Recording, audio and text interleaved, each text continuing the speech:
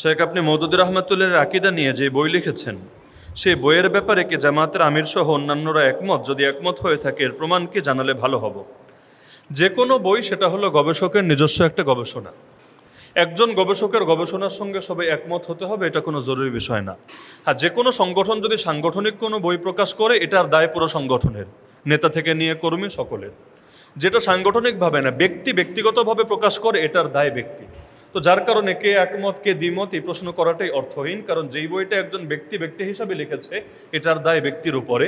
এর সাথে কেউ একমত হতে পারে, কেউ দ্বিমত হতে পারে, এটা প্রত্যেকের স্বাধীনতা। জামাতের বিরুদ্ধে যে ভ্রান্ত আকীদার কথা বলা হয়ে থাকে, জামাতের নেতাকর্মীরা কি সেই আকীদা পোষণ করে?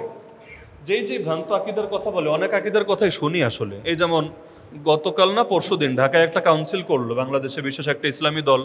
সেখানে জামাত যে গোমরাহ প্রমাণ করার জন্য দলিল দেওয়া হলো মাওলানা মওদুদী ফজরের নামাজ পড়তো না, এবং তার কানে এসে শয়তান, তাও দুইও কানে এসে শয়তান নাকি মুতে দিত, পেশাব করতো। নাউযুবিল্লাহি মিন যালিক। আচ্ছা, আপনি কাউরে দেখতে পারেন না বুঝলাম, তার অনেক দোষ আছে বুঝলাম, তার বিরুদ্ধে আপনি সমালোচনা করবেন বুঝলাম, কিন্তু আন্দাজে কথা বলতে হবে। ফজর নামাজ পড়তো কি পড়তো না, এটার দলিল কি? কেউ যদি দাবি করে অমুক ফজর নামাজ পড়তো না, তার মানে সে তার সঙ্গে রাত কাটাতো, একসঙ্গে এক বিছানায় থাকতো, তো পরবর্তীতে দেখতো মাশাআল্লাহ আমি তো গিয়ে নামাজ পড়ি, উনি তো ফজরের সময় ঘুমায় থাকে। অর্থ তো এই টাইপের হয়। না হলে এইরকম গাঁজাখড়ি আলাপ, আন্দাজে কথা বলার কোনো অর্থ আছে? তার যুগের লোকেরাই তো এই কথা বলে নাই। তাহলে আজকে এত একটা মানুষ মারা যাওয়ার এতকাল পরে এসে এইরকম কথা বলে, এটা তো আমি মনে করি কোনো সেকুলারের ব্যাপারেও বলা উচিত না। এই হলো আমাদের দেশে প্রোপাগান্ডার অবস্থা। তো এখন ওনার নামে যে কথাগুলো বলা হয়, এর মধ্যে বেশিরভাগই মিথ্যা। ওই যে আমি আমার বইয়ের ভূমিকার মধ্যে এনেছি, বাংলাদেশে একটা ইসলামী দলের সভাপতি 38টা অভিযোগ এনেছে তার বই, 38টাই মিথ্যা। আমার খুব ভালো লাগতো যদি দুই একটা অন্তত সত্য হতো। হ্যাঁ, এখন বলবেন মাওলানা মওদুদীর ভুল নাই, অবশ্যই আছে, অবশ্যই আছে। কোন মানুষের ভুল নাই? ইমাম মালিক রাহমাতুল্লাহ আলাইহি আল্লাহ রাসূলের রওজার সামনে দাঁড়িয়ে বলেছে, কুল্লুন ইউখাযু মিন কাওলিহি ওয়া ইউতরাক ইল্লা সাহিব হাযাল কবর। নবীর রওজার দিকে ইশারা করে বলে প্রত্যেকটা মানুষ এমন যার কিছু বিষয় গ্রহণযোগ্য, কিছু বিষয় বর্জনযোগ্য, শুধু এই কবরে যিনি শুয়ে আছেন তিনি বাদে। এমনকি আজকাল তো একটা বিতর্ক চলে যে সাহাবীরা সত্যের মাপকাঠি নাকি সত্যের মাপকাঠি না। ইমাম মালিক বেঁচে থাকলে ওনারেও আদালতে তোলা হতো এটাকে কেন্দ্র করে, কারণ ইমাম মালিক বলে দিচ্ছে নবী বাদে সবাই এমন যার কিছু বিষয় গ্রহণ করার মতো, কিছু বিষয় বর্জন করার মতো। তাহলে প্রত্যেক সাহাবীর প্রতিটা ব্যক্তিগত মতো কিন্তু গ্রহণ করা যায় না। যেমন নবী মেরাজে গিয়ে আল্লাহকে দেখেছে নাকি দেখে নাই, সাহাবীদের দুই মত। আম্মা জান আয়েশা একমত, আব্দুল্লাহ বিন আব্বাস রাদিয়াল্লাহু আনহু আরেক মত। আপনি কাটটা ফেলে দিবেন বলেন? আম্মা জান আয়েশা কে চেনেন? আল্লাহ রসুলের সহধর্মিনী, এবং এত বড় মুফতি ওমরের মতো সাহাবী ঠেকায় পড়লে তার থেকে ফতোয়া নেওয়া লাগতো। আর আব্দুল্লাহ বিন আব্বাসকে সর্বযুগের সর্বশ্রেষ্ঠ মুফতি, কারে ভ্রান্ত বলবেন? কারে ভ্রান্ত বলবেন? কেউ ভ্রান্ত না, কিন্তু কোন মত নিবেন? দুইটা একসঙ্গে নেওয়ার সুযোগ নাই। আব্দুল্লাহ বিন আব্বাসেরটা নিলে আম্মাজানেরটা নেওয়া যায় না, আম্মাজানেরটা নিলে আব্দুল্লাহ বিন আব্বাসেরটা নেওয়া যায় না। তো ইখতিলাফি বিষয়, সাহাবীদের মধ্যে ইখতিলাফ ছিল না, একটা দুইটা, ডজন ডজন না, শত শত শত শত। তাহলে ব্যক্তিগত বিষয়ে, হ্যাঁ, যেটা সর্বজনীন বিষয়, ইজমা বলে, ইজমা সর্বসম্মত মত, এটা তো নিতে কোনো সমস্যা নাই। কিন্তু ব্যক্তিগত বিষয়ে, ইখতিলাফি বিষয়ে ভাই দুইজনের মত একসঙ্গে নেওয়া যায় না। আমরাই তো চার ইমামরা একসঙ্গে মানতে পারি না, পারি? এই যে নামাজ পড়লেন, যারা হানাফি সিস্টেমে নামাজ পড়েছেন, শাফিঈ রাহমাতুল্লাহির মত আপনি নেন নাই। যারা শাফিঈ সিস্টেমে নামাজ পড়েছেন, হানাফি ইমাম আবু হানিফার মত আপনি নিতে পারেন নাই। কিন্তু শ্রদ্ধা তো উভয়কেই করি আমরা। এমনকি শরীয়ত, আমরা সব নবীর উপর ঈমান আনি, কিন্তু শরীয়ত কাটটা মানি? নবী মুসারটা, নবী ঈসারটা না, মুহাম্মদুর রাসূলুল্লাহ সাল্লাল্লাহু আলাইহি ওয়াসাল্লামেরটা। এজন্য ঈমান সবার উপর রাখি, শ্রদ্ধা সবাইকে করি, ভালো সবাইকে বাসি, কিন্তু সবার শরীয়ত, সবার বিধিবিধান নেওয়া যায় না, এটা একজনেরটা নিতে হয়। তো যার কারণে যে আকীদাগুলোর দাবি তোলা হয়, এর মধ্যে বড় একটা অংশই আসলে সত্য না, আর অন্যরা পোষণ করা তো দূরের কথা। সবচাইতে বড় অভিযোগ দুইটা, তারা নবী বিদ্বেষী, তারা সাহাবী বিদ্বেষী, সবচাইতে বড় অভিযোগ। আপনি রাস্তাঘাটেও যত কর্মী পাবেন, ধৈর্য ধৈর্য জিজ্ঞেস করেন তো, নিজেই যাচাই করে নিয়েন, আমার বলে দেওয়া লাগবে না কে কে নবীর বিদ্বেষী, কে কে সাহাবীদের গালি দেয়, কে কে বিভিন্ন নবীরা পাপী মনে করে। আপনি রাস্তাঘাটে যাদেরকে পান এদেরকে ধৈর্য জিজ্ঞেস করে দেখেন। তো যার কারণে কে কারে কি বললো এটা আমার দেখার বিষয় না। ইমাম বুখারীও ইমাম আবু হানিফারে ভালো বলতেন না, জানেন এটা? বুখারী শরীফ পড়লে দেখবেন ইমাম বুখারী ইমাম আবু হানিফারে বড় হুজুর দূরের কথা, ছোট হুজুরও মনে করতো না। কালা বাজুন নাস বলতো, আরে এক লোকে বলেছে আর কি। তাহলে ইমাম বুখারী আবু হানিফারে ছোট মনে করতো দেখে আবু হানিফা আসলেই ছোট, তাই না? আবু হানিফা আসলেই ছোট? না, আমাদেরও তো বাংলাদেশে এক হুজুর আরেক হুজুরের মাইক পেলে মাশাআল্লাহ মাঝে মাঝে 14 গোষ্ঠী উদ্ধার করে, কিন্তু দিন শেষে আমরা দেখা যায় উভয়েরই শ্রদ্ধার চোখে দেখি একজন আরেকজনের ব্যাপারে বলে ফেলেছে আর কি। এজন্য কে কারে কি বললো এটা দেখার বিষয় না, বাস্তবতা নিজেই যাচাই করে দেখেন, অন্ধভাবে গ্রহণ করার দরকার নেই। জামাত যদি ভ্রান্ত আকিদা লালন করে তাহলে জামাত কেন জাতির সামনে সহি আকিদাগুলো তুলে ধরে না? কতবার তুলে ধরবে? গঠনতন্ত্রের মধ্যে আকিদা আছে। যেই ভাই প্রশ্ন করেছেন আমি বলবো গঠনতন্ত্র খুলে জাস্ট 2 নম্বর ধারা দেখেন, যদিও এই দলীয় প্রশ্ন আসলে এই মেম্বারে করাই উচিত না। যিনি করেছেন কাজটা ভালো করেন নাই, এটা একান্তভাবে জিজ্ঞেস করে নিলেই হতো, কারণ মসজিদের মেম্বার এটা দলীয় সম্পত্তি না, এটা সার্বজনীন। তারপরে যেহেতু প্রশ্ন করেছেন জবাব না দিলে বলবে হুজুর মনে হয় ব্যাং মাসের মতো এড়াইয়া চলে যাচ্ছে, বা হুজুর মনে হয় জবাব জানে না। এজন্য এখন আমার ইজ্জত বাঁচানোর খাতিরে হলেও 2 কথা বলা লাগে। আমি বলবো গঠনতন্ত্র বুঝেন, দলের সংবিধান, সংবিধানের কথাই তো মূল কথা। ব্যক্তি বিচ্ছিন্ন কথা বলতে পারে, একটা দলের সব ব্যক্তির কথা দলীয় কথা না, যে কোনো দলে সব ব্যক্তির কথা দলীয় কথা না, কিন্তু সংবিধানের কথা এটা দলের কথা। সংবিধানের 2 নম্বর ধারায় আকিদা লেখা আছে, এখানে পারলে ভুল আমাকে দেখান, এমনকি ভুল যে দেখাতে পারবেন না আর দলিল আমি দিচ্ছি। আপনি আর কত বড় হুজুর হয়েছেন, এই সংবিধান যখন লেখা হয় ওই সময় মাওলানা মঞ্জুর নোমান রহমতুল্লাহ আলী সহ সৈয়দ আবুল হাসান আলী নদী রহমতুল্লাহ আলী সহ ওনারাও জামাতের সদস্য না, কেন্দ্রীয় দায়িত্বশীল। এবং মাওলানা মঞ্জুর নোমান নিজে বই লিখেছেন মাওলানা মৌদুদিকে সাথ মেরি রিফাকত কে সারগুজাশত, এখানে তিনি স্বীকার করেছেন যে সংবিধান প্রণয়নের পরে আমাদেরকে জিজ্ঞাসা করা হয়েছিল যে আপনাদের কোনো দ্বিমত আছে কি না।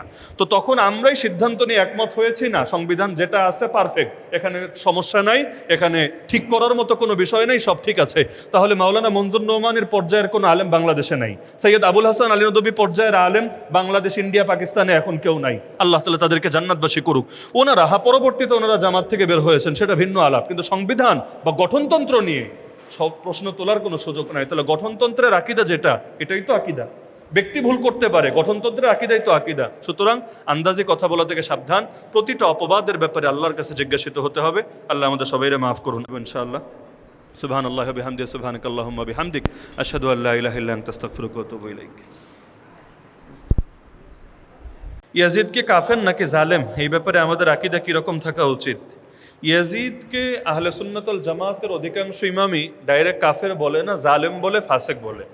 হ্যাঁ, কাফের কেউ কেউ বলেছেন, আমি অস্বীকার করছি না, কিন্তু অধিকাংশ হকপন্থী মুহাক্কিক ওলামায়ে কেরাম জালেম বলে, ফাসেক বলে।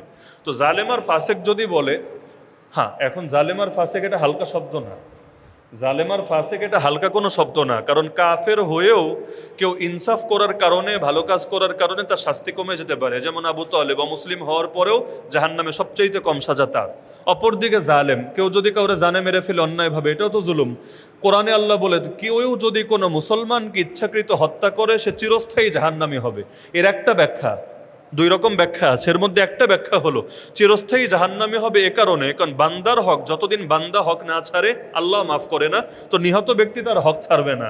নিহত ব্যক্তি বলবে আল্লাহ ওরে তুমি সাজা দিতে থাকো, এজন্য জাহান্নামের মধ্যে সে পানিশমেন্ট খেতেই থাকবে। এ কারণে ইয়াজিদ তো অনেককে হত্যা করেছে, হুসাইন রাদিয়াল্লাহু আনহুকে শুধু না, বরঞ্চ হুসাইন রাদিয়াল্লাহু আনহুকে সে হত্যা করেছে না তার বাহিনী হত্যা করেছে, ওই বিতর্কে আমি যাচ্ছি না, যদিও এখানে তার দায় অস্বীকার করা যাবে না, কারণ যারা হত্যা করেছে এদের বিরুদ্ধে কি অ্যাকশন নিয়েছে? কিছুই তো নেয়নি। এদের বিরুদ্ধে উল্লেখযোগ্য কোনো অ্যাকশনই সে যায় নাই। যদি আসলেই আহলে বাইতের মহব্বত থাকতো এগুলোর বিরুদ্ধে সে কড়া অবস্থানে যেত, কিন্তু তার বহু দায় এখানে আছে। কিন্তু আমরা বলতে চাই যে ইয়াজিদ মদিনাবাসী সহ অসংখ্য মানুষকে হত্যা করেছে, নিঃসন্দেহে জালেম, নিঃসন্দেহে পাপী, নিঃসন্দেহে ধোকাবাজ। কিভাবে? ইমাম হাসান এবং হুসাইন রাদিয়াল্লাহু আনহুর এক ভাইয়ের নাম মুহাম্মদ ইবনুল হানাফিয়া, মানে মা ভিন্ন কিন্তু আলী রাদিয়াল্লাহু আনহুর পুত্র।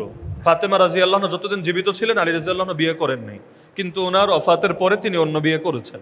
তো মুহাম্মদ ইবনুল হানাফিয়া তিনি ছিলেন বুজুর্গ মানুষ, সাদাসিধা মানুষ। তো বুজুর্গ মানুষদের একটা দিক হলো তারা নিজেরা যেমন ভালো সবাইরে ভালো মনে করে, এই জন্য দোকানদারেও ঠকায়, রিক্সাওয়ালাও ঠকায়, সবাই ঠকায়, কারণ সে যেহেতু ভালো সবাইরে ভালো মনে করে।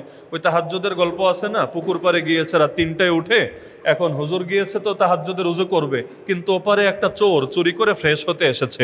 এখন হুজুর দেখে ভাবছে আল্লাহ তোমার দুনিয়া আমি একাই তাহাজ্জুদ গুজার না, আরো অনেক তাহাজ্জুদ গুজার আছে মাশাআল্লাহ। আর ওদিকে চোর ভাবছে কিরে আমি একাই চুরি করি না, হুজুররাও দেখি টুকটাক চুরি টুরি করে। তো মানুষের বিষয়টাই এমন, যে নিজে ভালো আরেকজনরে ভালো মনে করে, যে নিজে খারাপ আরেকজনরে খারাপ মনে করে। আরবিতে প্রবাদও আছে আলমার ও ইয়াকিসু আলা নাফসিহি। তো মুহাম্মদ ইবনে হানাফিয়া ভালো মানুষ ছিলেন। ইয়াজিদ এই কারবালার ঘটনার পরে ওনাকে ডাকিয়ে নিয়েছে মেহমান হিসাবে, রাষ্ট্রীয় মেহমান। নেওয়ার পরে উনি সপ্তাহখানেক বা যেই কয়দিন ছিলেন, ইয়াজিদ মাশাআল্লাহ এমন পীর সাহেব, এমন বুজুর্গ সেজেছে, নামাজ তো মিস নাই, একদম তাকবীরুল্লাহর সাথে জামাতের সাথে, এমনকি হুজুরের কাছে একটু পরপর গিয়ে হাঁটু গেড়ে বসে মাসালা মাসাইল জিজ্ঞেস করে, খেদমত করে, বিনয় যেন উপচে পড়ে। উদ্দেশ্য কি? উদ্দেশ্য হলো ইমেজ পুনরুদ্ধার করা, কারণ কারবালার ঘটনার কারণে সবাই খেপা ছিল তার বিরুদ্ধে। তো মোহাম্মদ ইবনুল হানাফিয়া তিনি যেই কয়দিন ছিলেন, দেখলেন না মাশাআল্লাহ ইয়াজিদ তো ভালো মানুষ, যাক একটা মিস্টেক মনে হয় হয়ে গেছে।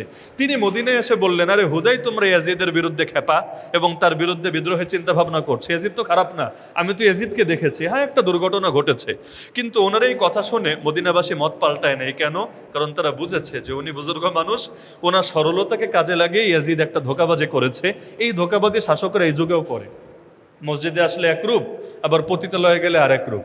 মাদ্রাসায় আসলে একরূপ, আর নাস্তিকদের সঙ্গে টেবিলে বসলে, রয়ের সঙ্গে মিটিংয়ে বসলে, অথবা অন্য দেশে সাম্রাজ্যবাদীদের সঙ্গে কোনো বৈঠক করলে সেখানে আরেক রূপ। এক জায়গায় গেলে একরূপ, আর এক জায়গায় গেলে আরেক রূপ। এইরকম সরলতাকে কেন্দ্র করে বিভিন্ন ধোঁকাবাজি করে না, ইয়াজিদ এটাও করতো। তো ইয়াজিদ জালেম ছিল সন্দেহ নাই, ফাসেক ছিল সন্দেহ নাই, তবে তার কাফেরের বিষয়টা অধিকাংশ ইমামরা যেহেতু বলে না, আমাদের এটা বলার দরকার নেই, আমরা তার বিষয়ে আল্লাহর হাওলা করে দিলাম। আমার আল্লাহ ওর যেটা উপযুক্ত সেই বিচার আল্লাহ ওকে করুক, আমিন।